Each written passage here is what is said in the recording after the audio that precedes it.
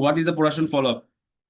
এখানে monitoring daily production progress, ensuring timeline are meet, identify and resolving bottleneck, এটা মানে ভুল হয়ে গেছে এখানে, রিসলভিং বুটলেন। আচ্ছা, daily update to buyer and senior management. এখানে আপনার প্রোডাকশন ফলো আপ বলতে কি, আপনার যদি ধরেন আজকে 5 তারিখ, আপনার 20 দিন হাতে সময় আছে, 25 তারিখ ডেলিভারি ডেট। এই 20 দিন যদি 10,000 পিস হয়, তাহলে অবশ্যই আপনাকে একটা টার্গেট ফিক্স করতে হবে যে পার ডে আমাকে মিনিমাম 500 পিস করে প্রোডাকশন করতে হবে। তো সেই অনুযায়ী প্রোডাকশন টিমদের টার্গেট দিতে হবে, এবং সেই অনুযায়ী প্রোডাকশন আসতেছে কিনা এটা ফলো আপ করতে হবে। না আসলে প্রোডাকশন টিম ম্যানেজার, জিএম যারা আছে তাদের সাথে আলোচনা করে কিভাবে প্রোডাকশন বাড়ানো যায়। যদি সময় বাড়ানো লাগে, দেখা যায় সেই প্রয়োজন অনুযায়ী ওভারটাইম করা লাগে, ওভারটাইম করতে হবে। সেই অনুযায়ী তাদেরকে একটা টার্গেট দিতে হবে, ইনশিওর টাইমলাইন আর মিট, যাতে ইনশিওর করতে হবে যাতে অবশ্যই আপনার ডেলিভারি ডেডলাইন মিট করে।